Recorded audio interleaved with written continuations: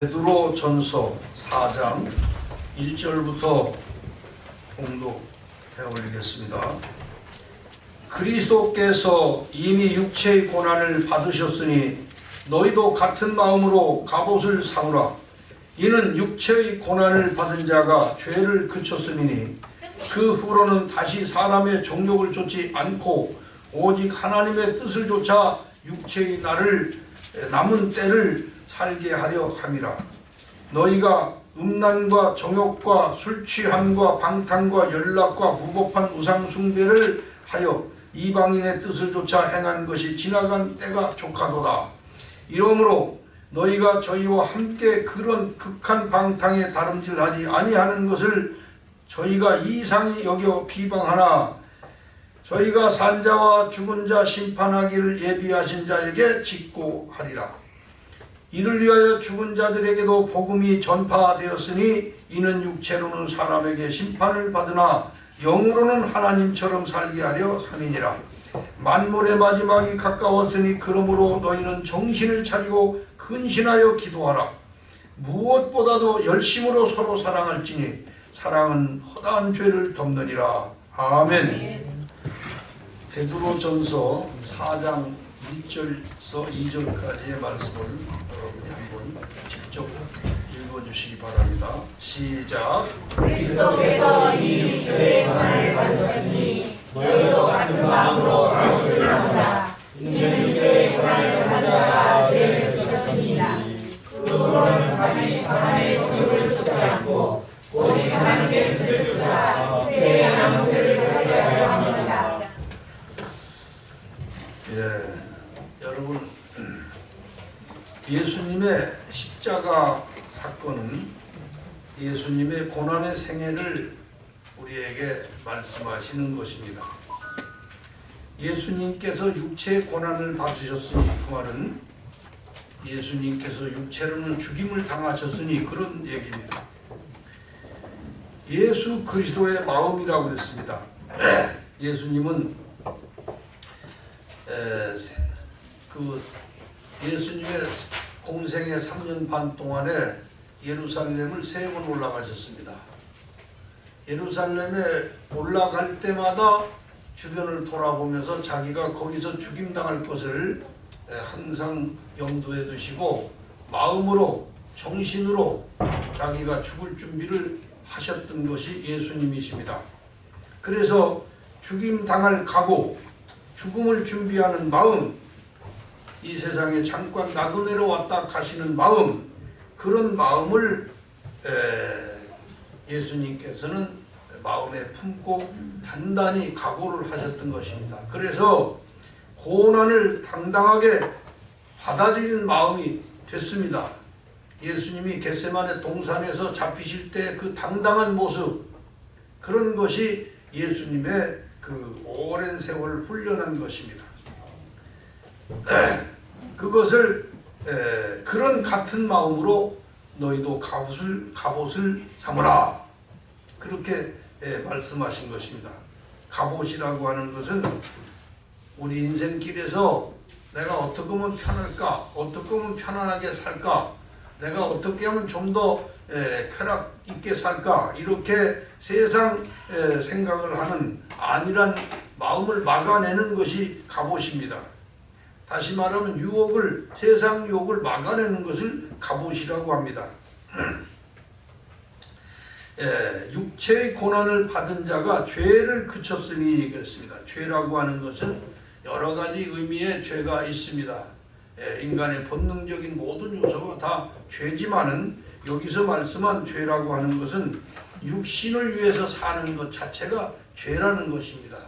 하나님의 말씀을 위해서 살거나 또는 하나님의 뜻을 위해서 살거나 나그네 정신을 위해서 사는 사람들에게는 그 죄에서 벗어나는 것입니다. 그러나 육신을 위해서 사는 자, 육신의 안일과 쾌락한 삶을 위해서 사는 자, 세상을 사랑하는 그 자체를 여기서 죄라고 하신 것입니다. 그 예수님의 십자가의 고난을 받은 자가 죄를 그쳤으니 그랬습니다. 고난. 이 고난이라고 하는 것은 참 그 여러 가지 그 고난은 그 사람이 당하는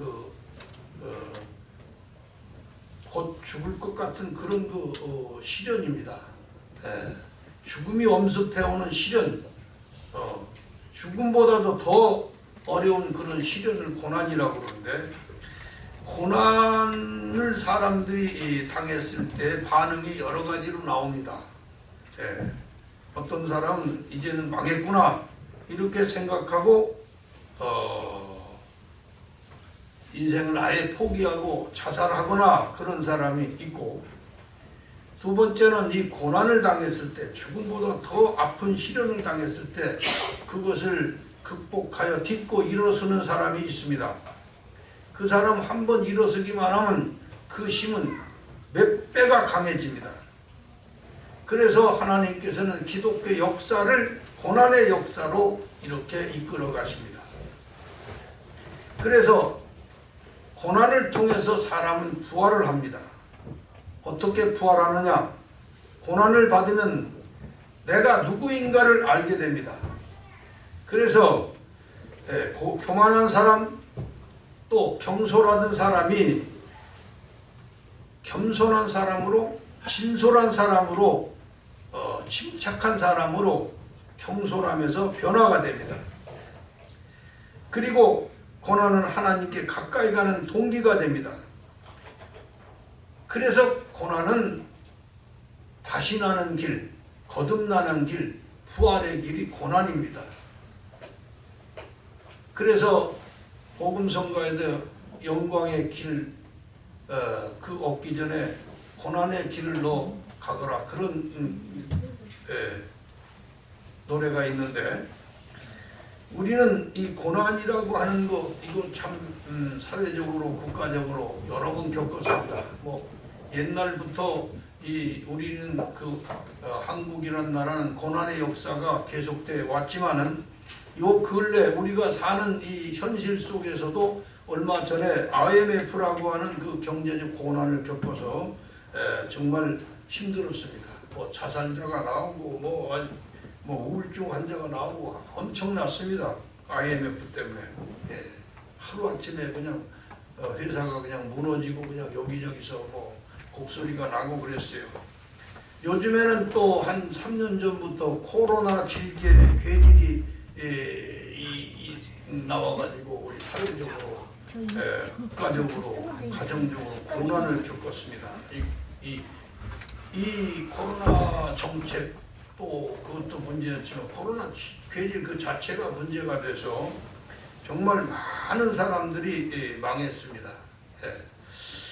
여러분 제가 종로 3가에서 2가를 거쳐서 광화문까지 거쳐 오는데 그전에는 그 가게 하나 거기서 얻으려면은 권리금 주고도 얻을 수가 없던 그런 장소입니다. 종로 2가라고 하는 것이. 근데 제가 조금 보태거나 그런 거 하지 안 하고 아래층 다 나왔어요. 임대. 3층까지 임대. 한번 여러분 가보세요. 언제? 광화문. 종로 3가에서 2가까지 쭉 거의 이렇게 쫙 둘러보라고. 양쪽 다 나왔어요.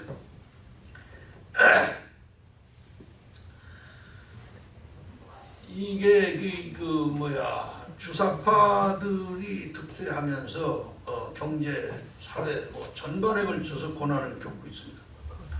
그래서 지금 사회적으로 얼마나 많은 사람이 자살자가 나오고 코로나로 죽고 또 불안 증세로 자살하고 경제적 폭망으로 자살하고 우울증 환자, 정신병자, 또 기세 쪼들리다가 그냥 도망자, 노숙자, 범죄자,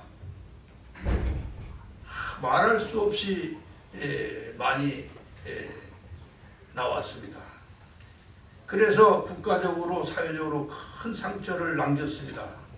앞으로도 얼마나 많은 사람이 망하고 죽을지 모릅니다. 그러나 분명히 제가 여러분에게 말씀드리거니와 나그네 정신으로 잘 훈련된 사람은 그럴수록 더 강해집니다. 고난을 통해서 하나님과 더 가까워졌고 예수님과 같이 죽기 위해 살아온 고난의 나그네 정신 때문에 위축되거나 두려워하지 않는 그런 사람들이 되는 것입니다. 예수 믿는다는 이 믿음이라고 하는 건 믿습니다, 뭐 될 것을 이것이 아니고, 이 고난은 나그네 정신에 거하는 것이고 고난의 정신을 기쁘게 받아들이는 것이 믿음입니다. 고난이나 환난은 하나님 나라에 들어가는 정해진 코스입니다. 그러므로 환난이나 고난을 우리 앞에 닥칠 때 두려워하지 않아야 합니다. 하늘 영광을 얻기 위한 코스가 바로 고난이라고 로마서 8장 17절에 분명히 말씀하셨고, 히브리서 12장 7절에는 고난은 하나님의 거룩하심에 참여케 하여 주시는 하나님의 뜻이라고 그랬고, 고린도 후서 12장 7절에는 자고하고 교만하지 않게 하시려 주시는 사단의 가시라고 했습니다. 또 약함이나 능욕이나 궁핍이나 핍박이나 곤란은 강하게 하시려는 하나님의 뜻이라고 그랬습니다. 데살로니가 후서 1장 5절에는 하나님의 나라를 위해서 사는 표가 곧 고난이라고 그랬습니다.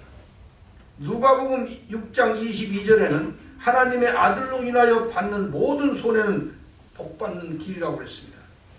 고린도전서 11장 32절에 믿는 자의 징계는 세상과 함께 멸망당하지 않게 하려는 것이라고 분명히 말씀해 주셨습니다. 그러므로 우리가 분명히 여기서 알아야 할 것은 고난은 나그네의 정신입니다. 나그네 정신은 믿음의 본질입니다. 나그네 정신으로 사는 것 그 자체가 그 고난입니다. 고난을 여러분에게 분명히 말씀드리자면, 고난이라고 하면 옥에 갇히거나 매를 맞거나 어디 잡혀 끌려가거나 이런 것으로 생각할 수 있으나, 고난은 그런 것이 아니요. 고난은 뭐냐? 정신입니다. 그러면 정신이란 뭐냐? 우리가 하늘나라가 내 고향이라 할 때 이 세상에서는 당연히 우리 모두는 나그네가 되는 것입니다.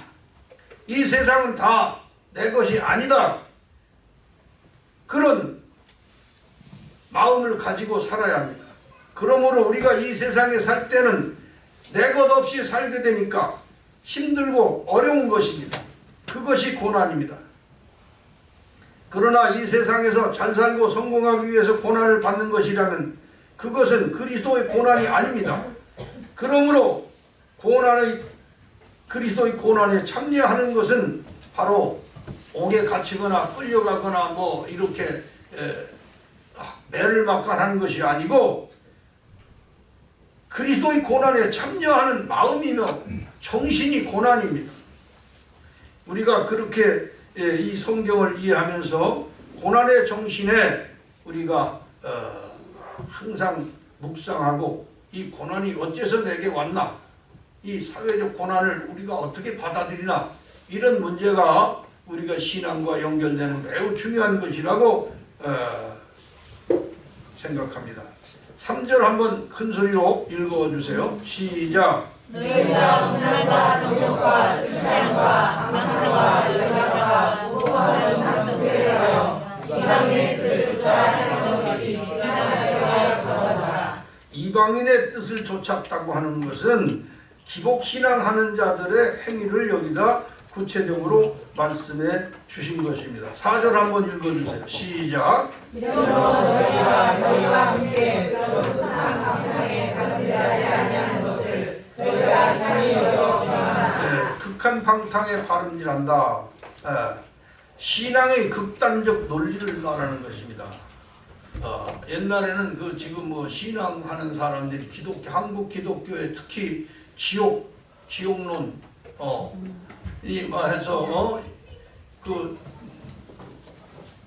길에 나가서 노방전도 오는 사람의 아주 표가 뭐냐면 이렇게 뭐에다 써가지고 불신 지옥, 예수 안 믿으면 지옥 간다는 얘기. 불신 지옥, 예수 믿음 천당 이렇게 써가지고 믿으면 천당 가고 안 믿으면 지옥 간다 이렇게 했어요. 그 지옥이라고 하는 것으로 일단 사람들의 마음을 겁을 준 다음에 예수 믿어라. 그것은 옛날에 그 코란교가 코란을 믿어라, 코란을 믿어라, 그렇지 않은 칼을 받으라 이런 식으로 전도를 했어요. 이 코란교, 그 마호메트 교라고 하는 것이 그 사람들이 처음에는 여기 2,000명까지 왔다가 지금 수십만으로 아주 그냥 불어나는데 참 사회적으로 큰 문제입니다. 어쨌든 이 그 신앙의 극단적 논리라든가 지옥론 또 재림론 뭐 예수 재림이라고 그래가지고 지금도 곧 오신다 성경에 맞지도 않는 그런 논리를 갖다가 내세우는 거 이런 것을 갖다 극한 성경에서 이거 극한 방탕이라고 그래요. 신앙적 방탕, 지옥론, 재림론, 성령론 해가지고 지금도 또 아직까지도 성령론 뭐 운운하는 사람 있어요. 정치운동가 몇 명 있어요. 그 사람들 성령 집회.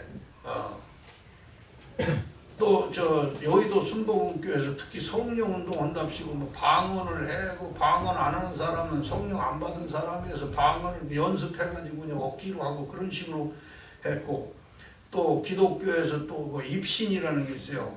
발딱 넘어져서 꿈꾸는 것처럼 뭐 하고 한참 있다 일어나 천당을 봤다든가 지옥을 봤다든가 이런 신앙, 입신. 그리고서는 내가 계시를 받았는데 아무 것이는 저주를 받는다 이러면서 저주하는 신앙. 또 내가 하나님의 그 계시를 받았는데 아무개에게 축복을 주신대 헌금을 많이 해서 이런 식으로 축복을 선언한다든가 이런 신앙은 이것이 신앙 속에서 이런 것을 뭐라고 하냐면 극한 방탕한 신앙이라 그렇게 말한 거예요. 성경에서는. 그렇게 여러분이 배워가면서 성경을 배우면 되는 것입니다. 자, 5절 한번 읽어주세요. 시작. 저희가 산자와 죽은 자 심판을 예비하신 자에게 수고합니다. 산자와 죽은 자라고 하니까 육체를 말한 것 같지만 육체로 사는 자, 육체가 죽은 자 이렇게 말하는 것이 그게 아니고 산자와 죽은 자는 나그네 정신으로 예수 믿는 자는 산자, 기복 정신으로 예수 믿는 자는 뭐야? 죽은 자. 이렇게 이것을 말씀하신 거예요. 자, 6절 한번 읽어주세요. 시작. 이를 위하여 죽은 자들에게도 복음이 전파되었으니 이는 육체로는 사람처럼 심판을 받나 영으로는 하나님처럼 살아야 하느니라. 죽은 자들에게도 복음이 전파되었으니 이걸로 인해서 그 천주교나 그 어떤 다른 종파에서 기복신앙하는 자들이 말이죠. 죽은 자들에게 복음이 전파됐다고 하니까 이것을 갖다가 예수님이 그 노아 방주 때 뭐 이런 얘기도 하고 죽은 자들에게 가서 회개할 기회를 주고 복음을 이렇게 말하기도 하고 연옥을 만들어서 말하기도 하고 이렇게 엉터리 없는 소리를 하는데 이건 단순한 얘기입니다. 죽은 자들에게 복음이 전파됐을 말은 아까 뭐라 했어요? 나그네 정신으로 예수 믿는 자는 산자, 기복신으로 예수 믿는 자는 뭐한 자? 죽은 자. 그러면 죽은 자들에게 복음이 전파됐다고 하는 것은 누구에게도 복음이 전파된 얘기예요. 그렇지. 기복신앙하는 사람을 포기하지 않고 그 사람들에게도 나그네 정신이 증거되어서 나그네 정신을 돌아오라고 보여주셨으니 증거하였으니 그런 얘기입니다. 육체로는 사람처럼 심판을 받으나 이게 무슨 소리냐면 이게 아주 어렵게 얘기를 해가지고 이것을 육체로는 사람처럼 심판을 받으나 이 굉장히 어렵게 느껴져요. 이 말은 육체로는 사람처럼 심판을 받으나 영으로는 하나님처럼 살게 하려 하십니다. 이거 여러분이 정확하게 배우지 않으면 이건 해석할 수가 없어요. 잘 배워서 허튼 소리에 넘어가지 말고 제 말을 잘 듣고 외워버리세요. 육체로는 사람처럼 심판을 받으나 영으로는 하나님처럼 살게 하려 함이라. 이게 무슨 말이냐면 자, 육체로는 그 말은 겉으로는 그 말이야. 영과 육이 있으면 육은 겉이고 영은 아닙니다. 그러면 육체로는 사람처럼 겉으로는 안 믿는 사람처럼 믿음을 나타낼 수 없었으나 그 말이야. 예? 다 같이 한번 따라서 이건 아주 중요한 얘기니까 겉으로는 안 믿는 사람처럼 믿음을 나타낼 수 없었으나 속으로는 예수 믿고 나그네 정신을 받아서 하나님의 자녀처럼 살게 하려 함이라. 이 말씀은요, 당시 유대인 사회의 형편을 잘 알아야 해석이 가능한 말씀이에요. 유대인 사회를 알아야 이것이 우선 알 수가 있어요. 왜냐하면 당시 예수 믿는 믿음이 겉으로 드러나면 유대인 사회에서는 출교됐어요. 출교되면은 얼마나 불편한 상황이 되는지 말로 할 수 없어요. 출교받은 사람의 불이익은 말로 할 수 없었어요. 그 당시에. 그래서 생존의 위협을 받을 정도까지 그렇게 불이익이 심했어요. 예수 믿다가 겉으로 드러나면은. 그래서 불이익을 당하지 않기 위해서 예수 믿는다는 표현을 하지 않은 것이에요. 이 말을 이해가 됩니까? 다시 말해서 겉으로는 믿지 않는 자 같아서 정죄되었으나 마음으로는 정신으로는 나그네 정신처럼 나그네 정신의 사람처럼 살게 하려 함이라. 그 말씀이에요. 이제 확실히 받아들이겠죠? 이해가 됩니까? 이것은 지금 우리나라에서도 있는 일이에요. 어떻게 있느냐? 자, 들어보세요. 우리나라 형편도 지금 당시 유대 사회와 비슷한 상황이 있어요. 우선 우리나라 지금 정권이 주사파 정권이 분명해요. 그렇죠? 주사파 정권이 들어선 후에 공산당에 대한 비판이나 멸공이라든가 이런 소리 이거 공무원이나 경제인이 하면요, 이거 불이익을 받아요. 말 못해요. 속으로는 분명히 공산당 나는 싫어요. 근데 겉으로는 그거 표현할 수가 없어요. 얼마 전에 이거 표현한 사람 하나 있었죠. 정용진이라고. 신세계 대표. 이 사람 공산당 멸공 소리 했다가 말이죠. 난리 났어요. 불매운동 일어나고 정용진이 저 새끼 군대도 안 갔다 온 놈 새끼 그따위 소리 했다고 말이죠. 그 사람이 체중이 갑자기 불어나는 어떤 형상이 있어서 군대를 못 갔대. 100몇 킬로가 됐기. 그 키가 너무 커도 군대 못 가거든요. 너무 중량이 무거워도 군대 못 가요. 군대 갔다 온 사람 다 아시겠지만은. 그래서 못 갔는데 그거를 약점 잡아서 아주 혼났어요. 그래가지고 그냥 혼났다고 하는 것까지만 내가 얘기하겠습니다. 그러니까 이렇게 그 유대인 사회에서도 불이익이 있었기 때문에 이런 말씀을 베드로 사도께서 말씀해 주신 거다 그런 얘기예요. 1절 한번 읽어주세요. 시작. 만물의 마지막이 가까웠으니 그러므로 너희는 정신을 차리고 근신하여 기도하라. 이 종말론자들은 말세나 마지막이라는 말만 하면은 그것을 선전해가지고 자기들에게 오면 구원받는다고 하면서 이것을 이용하는 종말론자들의 술법입니다. 만물의 마지막, 하여튼 마지막 소리만 나면 이 사람들은 신나는 거예요. 그러나 이 말씀은 당시 유대인의 말세, 성경에는 말세가 3번 나와요. 창세기의 말세, 유대인의 말세, 복음의 말세가 있는데 이 당시에 이 말씀 베드로가 한 것은 유대인의 말세를 두고 얘기한 거예요. 유대인의 마지막 때를 말씀하신 거예요. 그러니까 나그네 정신으로 예수 믿는 사람들에게는 언제나 이 말씀은 받아들여야 하죠. 그러나 이것을 종말론자들처럼 이렇게 써먹어서는 안 되고 만물의 마지막이란 모든 믿는 자들의 결단의 시기를 갖다가 얘기하는 거예요. 그래서 첫째, 정신 차려라, 근신해라, 기도하라, 그렇게 얘기했습니다. 왜 정신을 차려야 하느냐? 제가 아까 성경 읽기에 끝나고 나서 제가 하나 이렇게 그랬어요. 무슨 교회인가 왜 어떤 목사 하나가 기웃질 나서 얘기하기도 싫은데 유행가로 시작해서 유행가로 끝나요. 예배를. 그래서 내가 이게 복음성가도 사실은 이게 찬송가가 주가 돼야지 복음성가가 주가 돼서는 안 되죠. 예배 시간에도. 그래도 그런 사람들에게 반비례가 되도록 우리가 더 열심히 찬송하고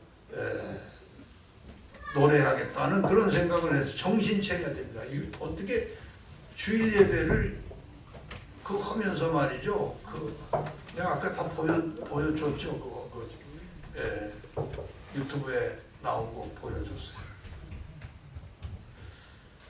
말도 안 되는 거죠. 어떻게 50분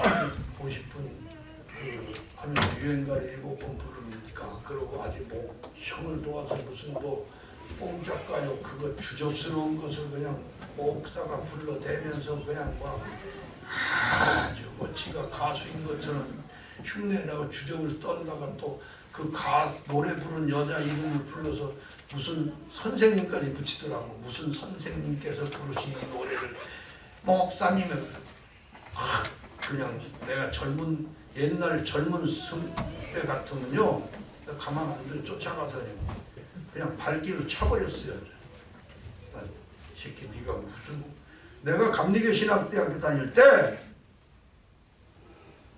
나 학사편이 3학년으로 늦어서 들어갔는데 새끼들이 신학교 학생놈의 새끼들이 담배 피우고 말이죠. 술 처먹고 다니고 말이죠. 이래서 내가 담배 피우고 가는 놈 오라고 그래서 귓방문을 이제 신학교로 오는 새끼가 무슨 담배를 피우고 길바닥에서 이 새끼 술을 먹고 신학생이 술을 먹어 이 새끼야.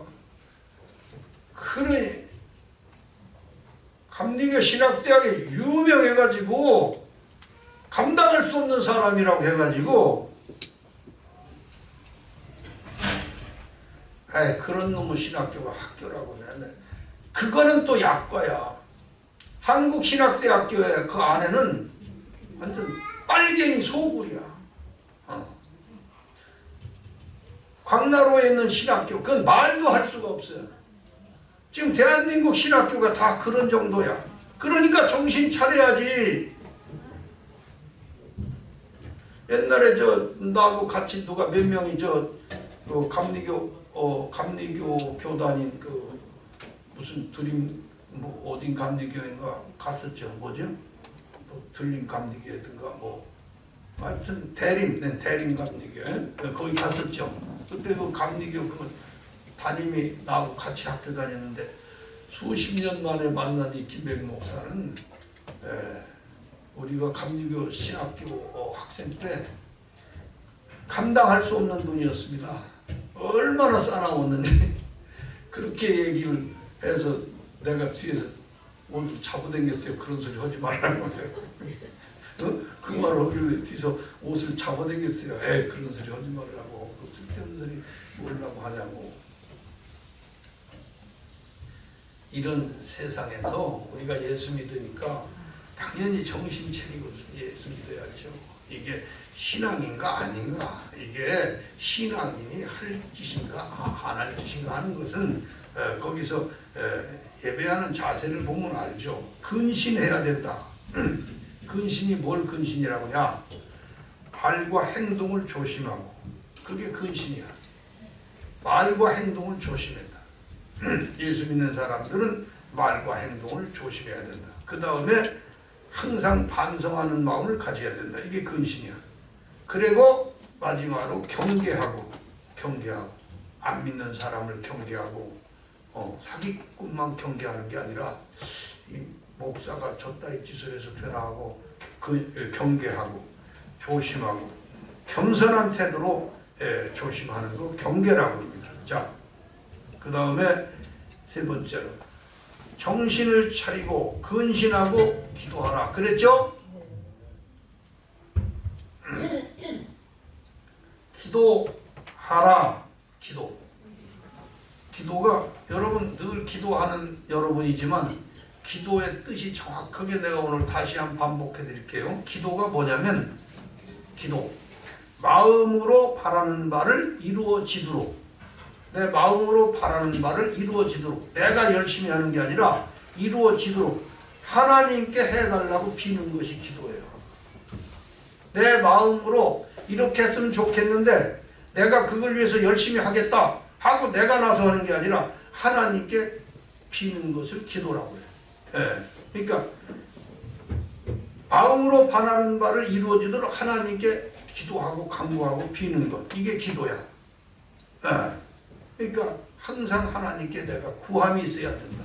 내가 내 마음대로 이 세상 걸 취할 수 있어요? 없죠. 그러니까 많은 것은 필요 없습니다. 그래서 내가 유지할 수 있도록, 이 교회가 유지될 수 있도록, 내 생명이 유지될 수 있도록, 남 앞에서 내가 다 떨어진 옷 입고 이렇게 되기는 목회자가 안 되도록 그죠? 깨끗하고 아주 단정하게 입을 수 있는 옷 내게 주시도록 간구하는 거, 그런 거 중요하다 이 말이야. 그 다음에 두 번째로 기도가 뭐냐? 하나님과 대화하는 것이에요. 하나님과 뭐 하는 거? 대화하는 것. 대화가 뭐야? 하나님께 묻고 듣고 또 묻고 듣고 얘기하고 내 마음과 하나님의 마음을 서로 이렇게 교제해가는 것을, 그래서 하나님과의 대화가 기도입니다. 마지막으로 이건 웨스트 미니스터 에서 이거 기도의 그 원형으로 내놓은 건데, 예수 이름으로 하나님께 구하고 그의 뜻에 합당한 것을 간구하여 죄를 자복하고 하나님의 자비와 은혜를 감사하는 것이다. 그렇게 되어 있어요. 기도라는 것은. 자, 마지막 말씀이에요. 오늘 배워야 할 8절 말씀을 읽어주세요. 시작. 무엇보다도 열심으로 서로 사랑하니 사랑은 허다한 죄를 덮느니라. 무엇보다도 열심으로 서로 사랑할지니 사랑은 허다한 죄를 덮느니라. 그러면 사랑하면 죄를 지어도 그 죄를 덮어준다, 그런 뜻이냐? 아니다 이 말이야. 그러면 이 말씀은 보통 읽으면 사랑하면 그 죄를 덮어준다, 그런 뜻이구나 이렇게 생각할지 모르는데 그게 아니고, 사랑은 사랑이라고, 내가 사랑을 가지고 있다면 허다한 죄가 내게 몰려올지라도 그 죄를 물리칠 수가 있다는 뜻이에요. 아시겠습니까? 허다한 죄를 물리칠 수 있느니라.